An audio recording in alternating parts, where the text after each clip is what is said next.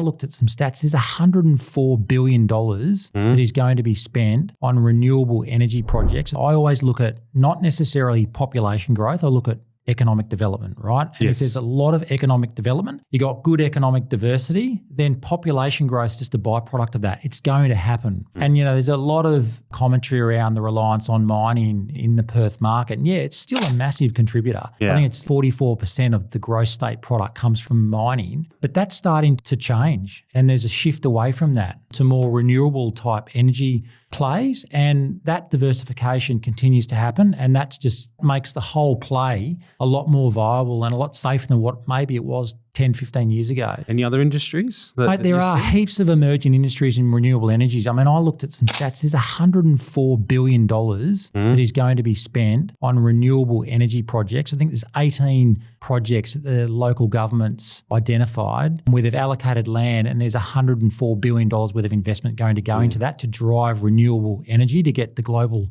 economy to a net zero basis. And WA economy is a big part of that, right? You go into the data of this stuff, that the market, the economy's going nuts, and it will continue to do that. And you've spent a bit of time on the ground there, haven't you? Mate, I have. Every time I buy, I make sure I'm in that market and experiencing it and just understanding what it's doing. And whenever I've got investments there, either myself personally or I have client investments in there, I'm always making sure every quarter I'm in those markets, just seeing what's going on the ground. There's activity happening everywhere.